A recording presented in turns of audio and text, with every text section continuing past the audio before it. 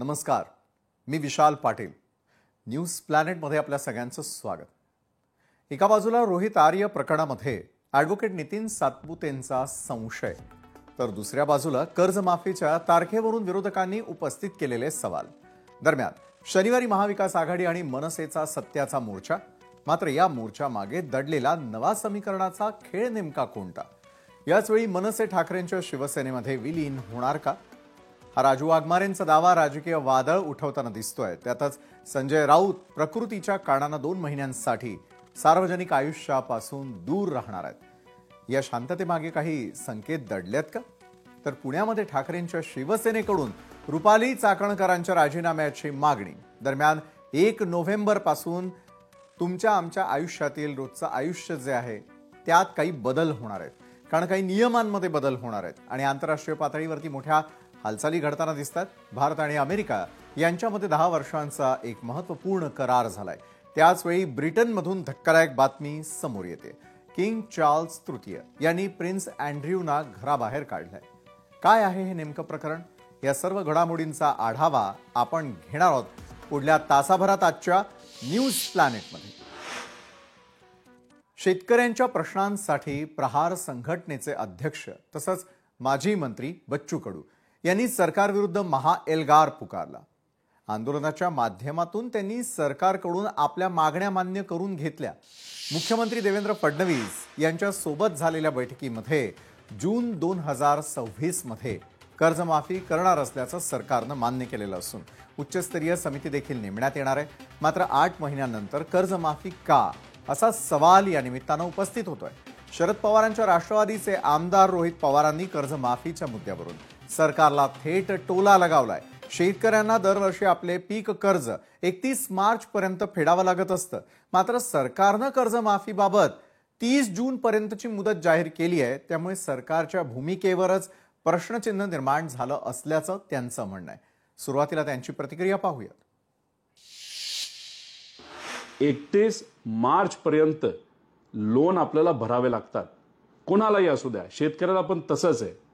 आणि याच्यात तुम्ही 31 मार्च नंतरची तारीख जर सरकार देत असेल तर पूर्णपणे सरकारने आपल्याला फसवलेलं आहे. आणि त्यांचं आश्वासन म्हणजे कुठेतरी फुसका बॉम्ब आहे असं आपल्याला म्हणावं लागेल.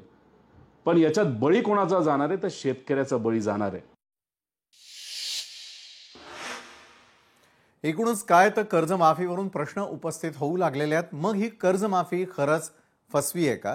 किती योग्य प्रकाराने होणार आहे हे जाणून घेण्यासाठी ज्यांनी शेतकऱ्यांसाठी हे आंदोलन केलं आणि मुख्यमंत्र्यांसोबत थेट चर्चा केली ते स्वतः बच्चू कडू आपल्या सोबत जोडले गेलेले आहेत. बच्चू भाऊ, खूप खूप स्वागत आपलं लोकशाही मराठीच्या न्यूज प्लॅनेटमध्ये. गेल्या कित्येक दिवसांपासून सुरू असलेलं आंदोलन, शेतकऱ्यांच्या मागण्या तुम्ही थेट मुख्यमंत्र्यांपर्यंत पोहोचवल्या आणि मुख्यमंत्र्यांनी आश्वासन दिलेलं आहे जूनपर्यंत कर्जमाफी संदर्भातलं. मला सांगा, शेतकऱ्यांना या आंदोलनानं आणि आंदोलनानंतर सरकारकडून मिळालेल्या आश्वासनानं किती फायदा होणार आहे?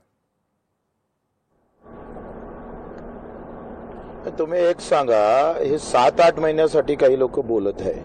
वास्तविक पहा, 31 आतापर्यंतची कर्जमाफी हे थकीत कर्जदाराची झाली, रेग्युलर कर्जदाराची झाली का? 2007 पासून 6 पासून तर आतापर्यंत जेवढ्या कर्जमाफी झाल्या त्या थकीत कर्जदाराच्या झाल्या. आता दुसरा प्रश्न असा आहे का, इथं जे सरकार योग्य वेळ म्हणत होते त्या सरकारची तारीख आम्ही वटून घेतली, त्यांना तारखेवर आणलंय आम्ही. आणि एवढ्या तारखेवरच आणलं नाही तर देवेंद्रजीने हे म्हटलं आहे का 31 जून 2026 त्याच्या अगोदर आम्ही कर्जमाफी करू. म्हणजे घोषणा झाली कर्जमाफीची, घोषणा झाली, तारीखही भेटली. आता जर कर्जमाफी केली आता लगेच तर फक्त 9 लाख शेतकऱ्यांना कर्जमाफी भेटू शकतं. आणि 30 जून पर्यंत गेली तर ते 55 लाख शेतकऱ्यापर्यंत जाऊ शकते एकंदरीत अंदाज. म्हणजे आज आपण 25 जून जुलैमध्ये ज्यांनी कर्ज घेतलं खरीप हंगामासाठी तो थकीत होतं 31 मार्च 2026 मध्ये.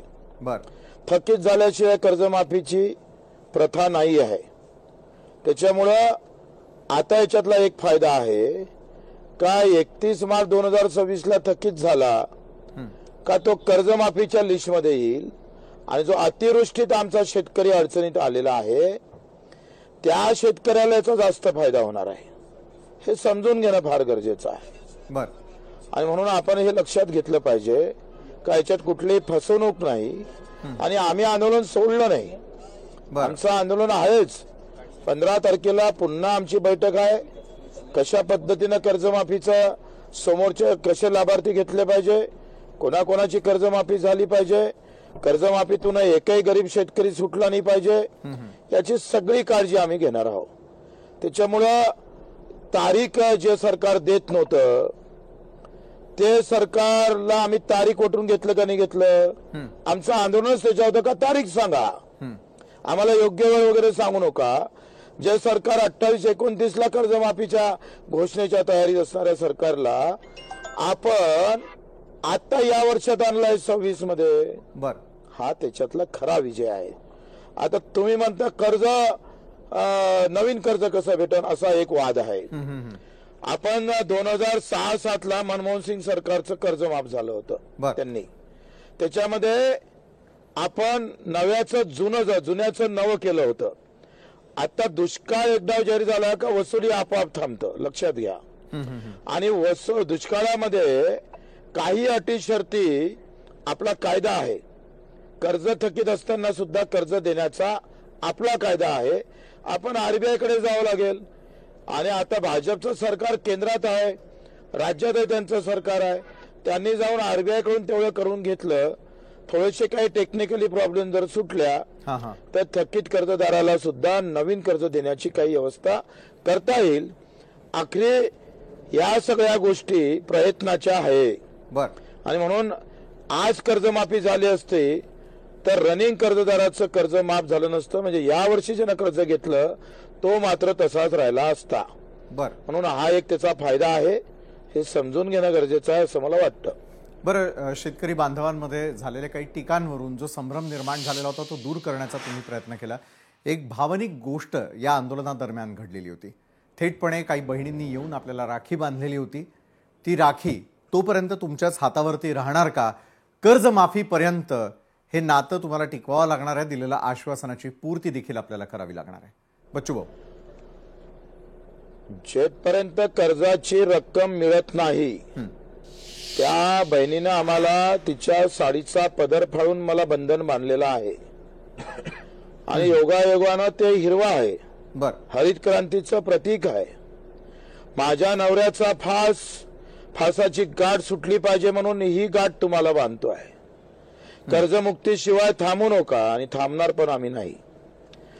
30 जून 2026ला आम्ही देवेंद्र भाऊ असेल, आमचे एकनाथजी शिंदे असेल, अजितदादा असेल, बाकी मंत्री असेल, आम्ही आमचे राजू शेट्टी, अजितदादा नवले असेल, आमचे वामनराव चटप आहे, तुपकर आहे, पोहरे आहे, महादेव जानकर आहे, या सगळ्यांनी मेहनत घेऊन फार कष्ट घेऊन हे सगळी लढाई उभी केली आहे.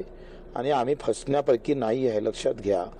जर 30 जून पर्यंत 26 पर्यंत नाही झालं तर रक्तरंजित क्रांती होईल. आम्ही हटणार नाही. या सरकारचा आम्ही आभारही मानतोय. एकनाथ शिंदे साहेबांनी शब्द दिला होता तोही पूर्ण या निमित्तानं झाला. देवेंद्रजी आणि अजितदादांना सुद्धा याच्यात सहभाग घेऊन खरं तर चर्चा बारगळली होती.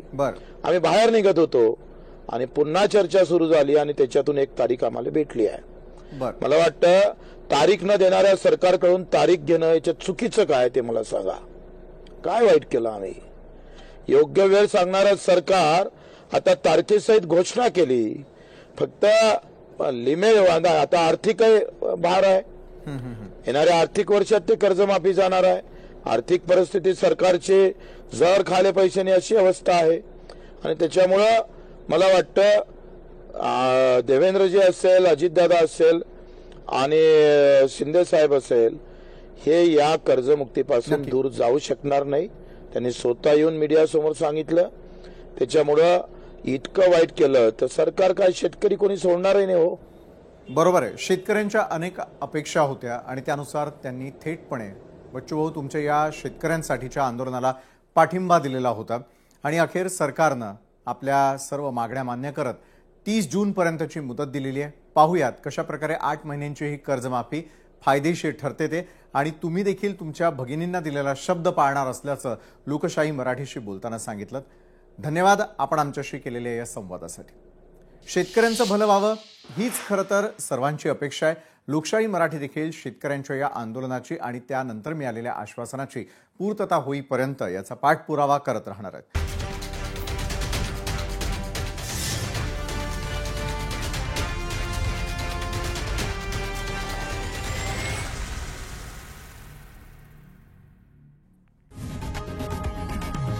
लोकशाही मराठी ऐका, पहा, जागरूक रहा.